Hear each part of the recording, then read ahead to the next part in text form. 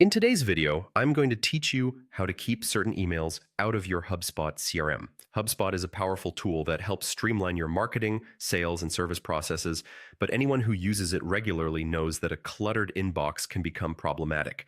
By ensuring the right emails stay out of your HubSpot CRM, you can maintain a more organized workspace and focus on what's important. Let's dive right in.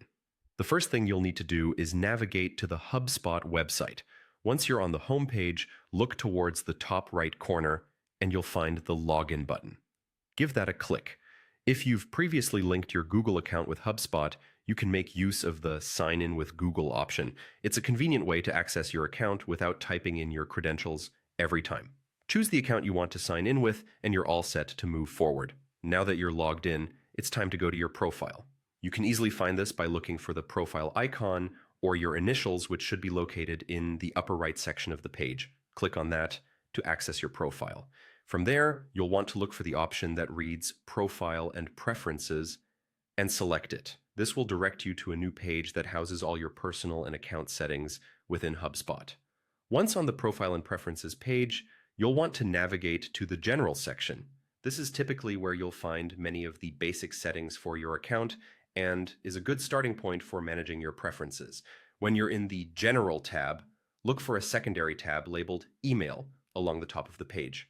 Click it, and this will direct you to the section where you can manage your email settings.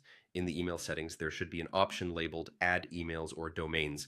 Click on it, and you'll have the opportunity to type in the specific email address or domain that you wish to keep out of your HubSpot CRM. This feature is especially handy for filtering out newsletters or habitual promotional emails that don't need to clutter your CRM. After you've entered the desired email addresses or domains, make sure to hit the Save button.